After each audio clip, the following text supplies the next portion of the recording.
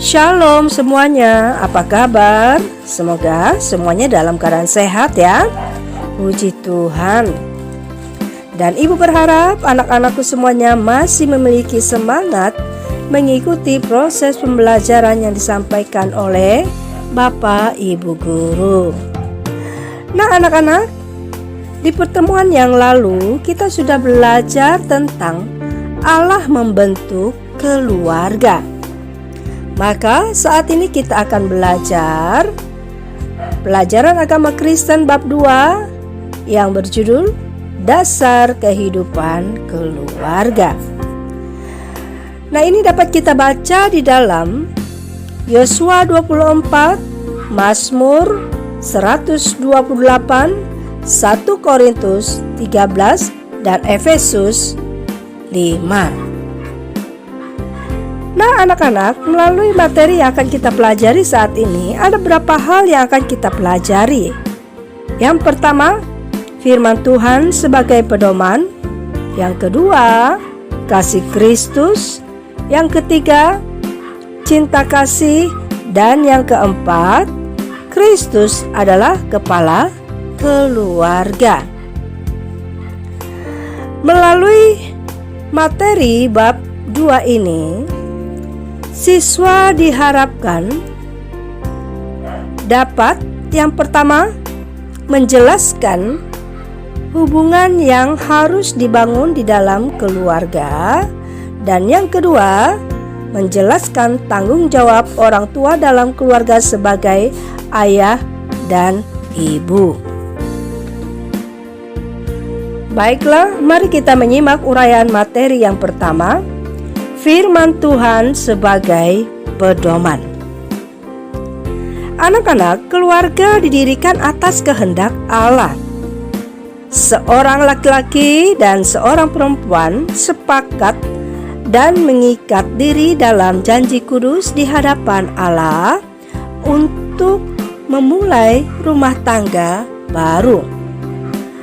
Memulai dengan Allah dan membangunnya juga bersama Allah selamanya dan dalam keadaan apapun. Nah, keluarga dibangun untuk melaksanakan kehendak Allah dan memenuhi tujuan Allah, sehingga seluruh kehidupannya harus dilaksanakan berdasarkan firman Allah. Firman Tuhan akan menolong keluarga memahami kehendak Allah, bagaimana memenuhi kehendaknya, dan bagaimana cara agar dapat menikmati berkat Tuhan dalam rumah tangga. Nah, di dalam Alkitab menceritakan seorang tokoh yang menjadikan firman sebagai pedoman. Pada saat Abraham mempunyai 2 orang anak, Ismail dan Ishak, ia gelisah soal pembagian harta bendanya. Lalu Tuhan kemudian berbicara kepada Abraham dan memberi petunjuk tentang ahli warisnya, sehingga Abraham tahu bahwa yang akan menjadi ahli warisnya bukanlah hambanya yang setia, juga bukan Ismail, melainkan Ishak. Demikianlah Abraham tahu apa yang harus dilakukan. Nah, masih banyak lagi contoh-contoh tokoh-tokoh dalam Alkitab yang menjadikan firman Tuhan sebagai pedoman di dalam kehidupan pribadi dan keluarga, dan lalu diberkati oleh Tuhan. Nah anak-anak, syarat untuk menerima berkat Allah dalam keluarga adalah berjalan di jalan Tuhan, hidup mentaati Tauratnya, Mazmur 128 ayat 16. Hidup menurut ajaran Tuhan mendatangkan berkat atas keluarga dan keturunannya. Kita masih ingat tentang cerita Ananias dan Safira. Mereka adalah jemaat mula-mula. Mereka diberkati Tuhan. Namun karena mereka melakukan kejahatan, tidak hidup jujur, Allah menghukum mereka. Kisah Para Rasul 5 ayat 1 sampai 11. Nah anak-anak, hidup menurut ajaran Alkitab adalah dasar yang kokoh bagi keluarga Kristen. Saat ini tidak ada lagi firman seperti yang datang kepada Zakaria atau Yusuf atau Petrus atau Paulus. Tetapi keluarga Kristen dapat membaca dan memahaminya dari Alkitab. Keluarga yang membangun kehidupan berdasarkan firman Tuhan akan selalu bersekutu untuk membaca Alkitab. Jadi, dari Alkitab, keluarga akan mendapat petunjuk dan belajar cara hidup yang berkenan kepada Tuhan. Firman Tuhan adalah pedoman yang menjadi dasar untuk membangun kehidupan keluarga yang kokoh dan teguh. Uraian materi yang kedua, kasih Kristus. Firman Tuhan adalah dasar dan kasih Kristus adalah pengikat dalam keluarga. Manusia bisa memiliki kasih sayang yang tulus selama ia merasa baik dan senang.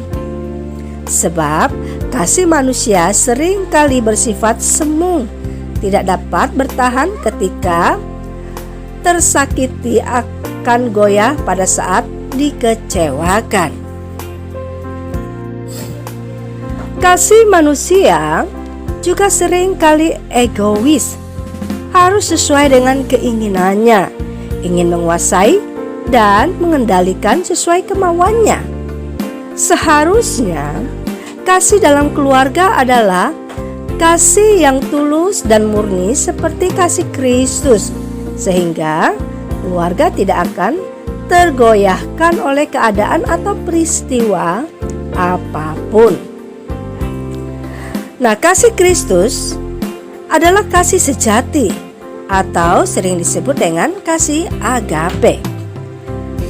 Kasih yang menghancurkan keegoisan, meniadakan iri hati dan dengki, selalu mengampuni, namun menegakkan keadilan dan melakukan apa yang benar. Tidak menyimpan dosa apapun. Jadi keluarga yang diikat oleh kasih Kristus akan bertumbuh menjadi keluarga yang membangun kehidupan dalam kekudusan, kerelaan berkorban demi kebaikan orang lain dan memberi seluruh hidup untuk orang-orang yang dicintainya. 1 Korintus 13 ayat 4-8. Uraian materi yang ketiga, cinta kasih. Anak-anak, cinta adalah ungkapan atau emosi dari kasih sayang yang kuat dan karakteristik terhadap pribadi seseorang. Cinta adalah ungkapan atau emosi, sebab cinta dapat bersifat konstruktif atau membangun, sekaligus negatif bila kita tidak dapat mengendalikannya. Nah, cinta sesungguhnya sangat baik. Di dalam cinta ada semua kebaikan, perasaan, kasih sayang, dan belas kasih. Jika dimiliki dalam kebenaran dan kekudusan ilahi, cinta kasih akan membangun kesetiaan, menghidupkan semangat, dan memuliakan Tuhan. Nah, cinta kasih berasal dari Allah, sebab Allah adalah kasih. 1 Yohanes 4 ayat 8. Anak-anak, mari kita melihat ada berapa jenis cinta kasih. Yang pertama, filio, cinta bersyarat. Filio yaitu cinta yang tumbuh berdasarkan sikap seorang terhadap kita. Filio sesungguhnya adalah kasih persaudaraan. Yang kedua, eros. Eros adalah cinta yang tumbuh karena perasaan menginginkan seseorang yang merupakan lawan jenis. Yang ketiga, storge.